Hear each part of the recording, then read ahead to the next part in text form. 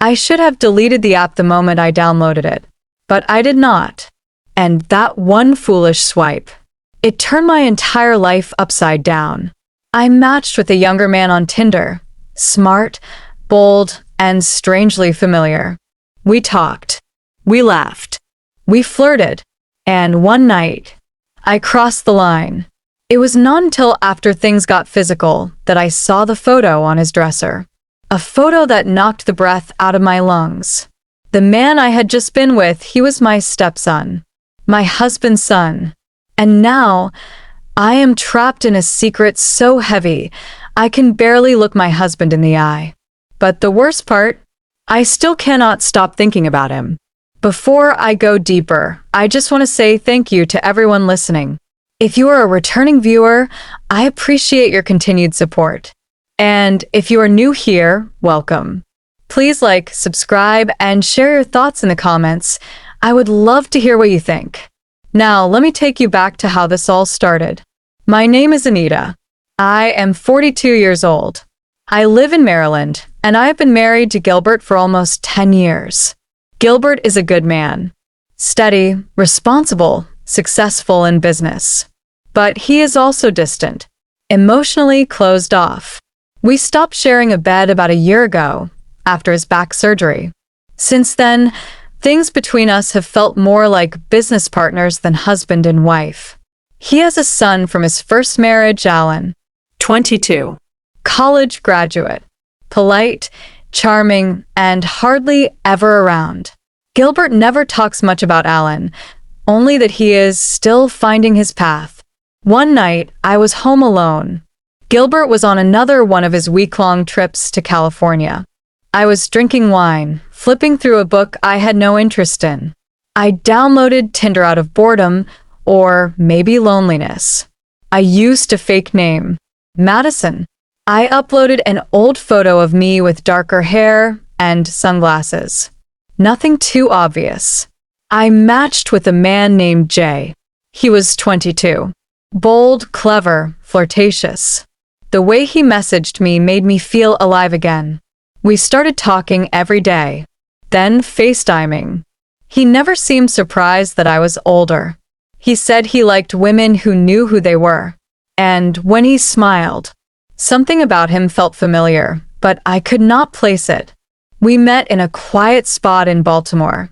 I wore a wig, dark lipstick, and a scarf.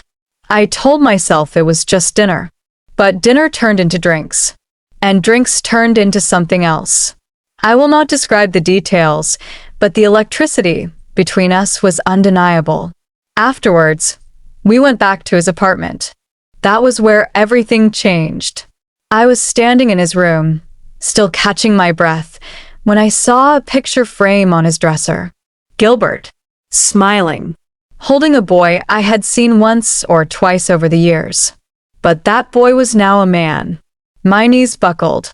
My mind started spinning. The man I had just slept with was Alan, my husband's son, my stepson.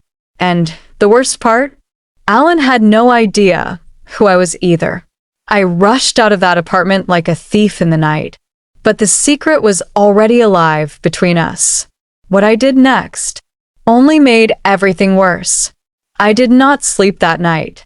I sat in my car outside Alan's apartment for over an hour, shaking. My hands gripped the steering wheel so tightly, I thought it might snap. My stomach was in knots. My brain refused to slow down. What had I done? I had crossed a line no decent woman should ever cross. I had betrayed my husband. I had stepped into something so twisted, I could barely breathe. And the most horrifying part was that I had not even known it, until it was too late. I blocked Alan's number that night. I deleted the app. I tried to erase everything. I avoided his social media, avoided his name, even avoided looking at Gilbert too long. He would see the shame on my face. I was sure of it. But secrets have a way of finding air. 3 days later, Alan texted me from a different number. "We need to talk. I know who you are now, but I cannot stop thinking about you."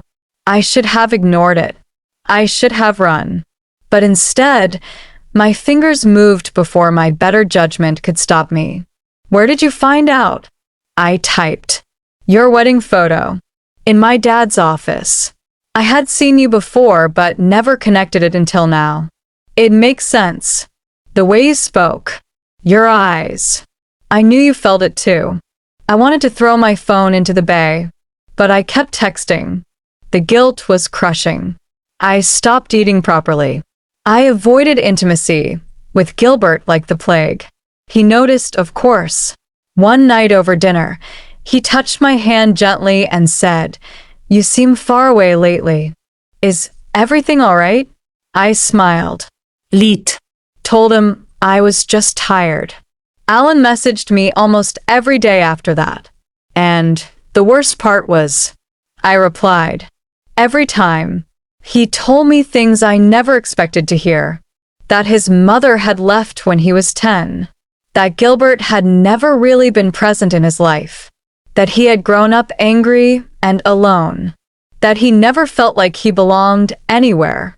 And that he had started to feel something real when we talked, even before we knew the truth. I tried to reason with him. I told him it had to stop. I reminded him it was wrong. But Alan did not care about rules. He was driven by emotion, and that emotion was turning dangerous. One night, I found him outside my Pilates studio.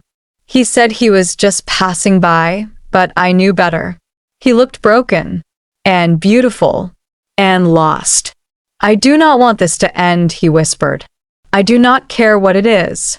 All I know is that I feel alive when I am with you. I wanted to scream, to run, but I stood frozen, letting his words sink into my chest like fire. I had become someone I did not recognize. A woman living in fear, guilt, and something else, desire.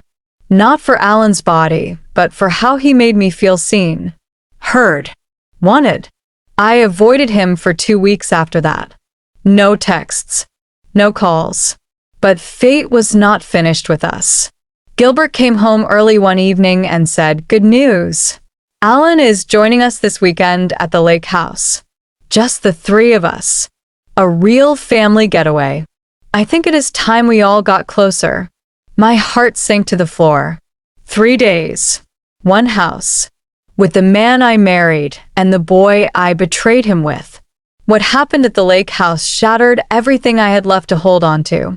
The lake house was always Gilbert's idea of peace. A quiet, wooded place tucked away near Deep Creek Lake in western Maryland. No neighbors. No distractions. Just the 3 of us. A real family weekend, he called it. But as we drove there, I sat in the back seat, suffocating in silence. I could feel Alan's presence beside me, his body close, his eyes on me every few minutes in the rearview mirror. Gilbert drove, humming to old songs, completely unaware that his wife and his son were both sitting on a secret that could destroy him. The first night was unbearable. I could not eat. I excused myself early and went to bed, but sleep never came. Around midnight, I heard soft footsteps outside my room. Then a quiet knock. "Anita," Alan whispered through the door. "Please, just talk to me." I did not open it. I could not. I pressed my hand against my chest and waited for the sound of his steps to fade away. The next morning, Gilbert seemed happy. He grilled pancakes, brewed fresh coffee, and insisted we all take the boat out later. He looked lighter than I had seen him in months. At one point, while Gilbert stepped out to take a call, Alan cornered me in the kitchen. "You have not said a word to me in days," he whispered. "I cannot keep pretending nothing happened. You cannot either." "You are his son, Alan," I whispered back, gripping the counter like it was the only thing keeping me upright. "We are done. We were never supposed to happen. This ends now." He stared at me with a look that tore something in me. "You think I planned this?" he asked. "I did not know who you were either. But I know what I felt. And you felt it too." I walked away without answering. That night, Gilbert surprised me with something I never expected. We were sitting by the fireplace when he looked at me, his eyes soft. "I know I have been distant," he said, "but I want to try again. I want us to fix this. You are still the woman I fell in love with, Anita. I do not want to lose you." His words cracked something deep inside me. All at once, the guilt turned to grief, because I had already broken everything we had. The final blow came the next morning. Alan, in a fit of emotion, pulled me aside while Gilbert was outside. He grabbed my wrist, eyes burning. "Tell me this meant something. Tell me you felt what I felt." "Stop," I said, my voice shaking. "Please. You are going to destroy everything." Gilbert walked in just as Alan let go of my hand. His smile faded. His eyes narrowed. "What is going on?" "Nothing," I said too fast. "We were just what?" The silence was heavy. Later that day, back in our home, I told Gilbert the truth. Not all of it. I told him I had been unfaithful. I told him I had made a horrible mistake. But I did not say who it was with. I could not. That would have destroyed him completely. Gilbert said nothing at first. Then he quietly packed a bag and left the house. Alan texted me that night, asking if I was all right. I blocked his number for the second and final time. Weeks passed. Gilbert filed for separation. Alan moved out of state. And I sat in the ruins of what used to be a life I thought was stable, maybe even safe. I never meant to fall, but secrets have sharp teeth. And mine left scars I will never stop carrying. If there is one thing I have learned, it is this. Loneliness is not an excuse. Silence in a marriage should be faced, not filled with fire. Because when you chase comfort in the wrong arms, you risk burning down everything good you have ever known. Thank you for watching. If this story moved you in any way, please share your thoughts in the comments below. I would love to hear what you think.